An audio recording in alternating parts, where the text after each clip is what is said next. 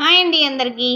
గుత్తి వంకాయ కూరని చాలా ఈజీగా టేస్టీగా చేశాను. ఒకసారి చూసేయండి. ముందుగా పుచ్చిపప్పు, జీడిపప్పు గంటసేపు నానబెట్టుకొని మిక్సీ జార్లో వేసుకొని కొంచెం ధనియాలు, జీలకర్ర, చెక్క, లవంగం అన్ని బిర్యానీ స్పైసెస్ వేసేసుకొని కొన్ని పల్లీలు, కొంచెం కల్లుప్పు, కొంచెం కారం, కొన్ని వాటర్ని యాడ్ చేసి కొంచెం అల్లం వెల్లుల్లి పేస్ట్ కూడా వేసుకొని మొత్తం పేస్ట్లా పట్టేసి పక్కన పెట్టేసుకోవాలి.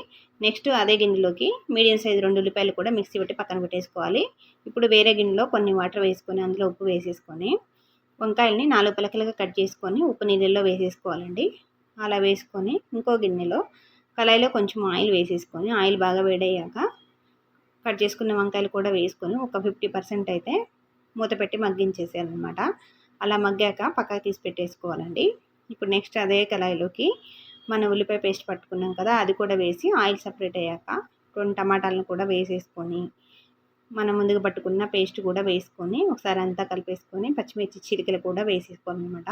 ఒకసారి అంతా కలిపేసుకొని ఆయిల్ సెపరేట్ అయ్యాక చింతపండు రసం కూడా కొంచెం వేసుకొని పైన కొన్ని వాటర్ని వేసేసుకొని మూత పెట్టి ఉడికించేసి అలా ఉడుకుతున్న టైంలో మనం ముందుగా వేయించేసి పెట్టుకున్న వంకాయలు ఉన్నాయి కదా, అవి కూడా వేసేసుకోవాలండి. మూత పెట్టి ఒక 15 నిమిషాల పాటు వంకాయలు వేసాక ఉడికించేసుకోవాలన్నమాట. మధ్య మధ్యలో కలుపుకుంటూ ఉడికించేసేయాలి.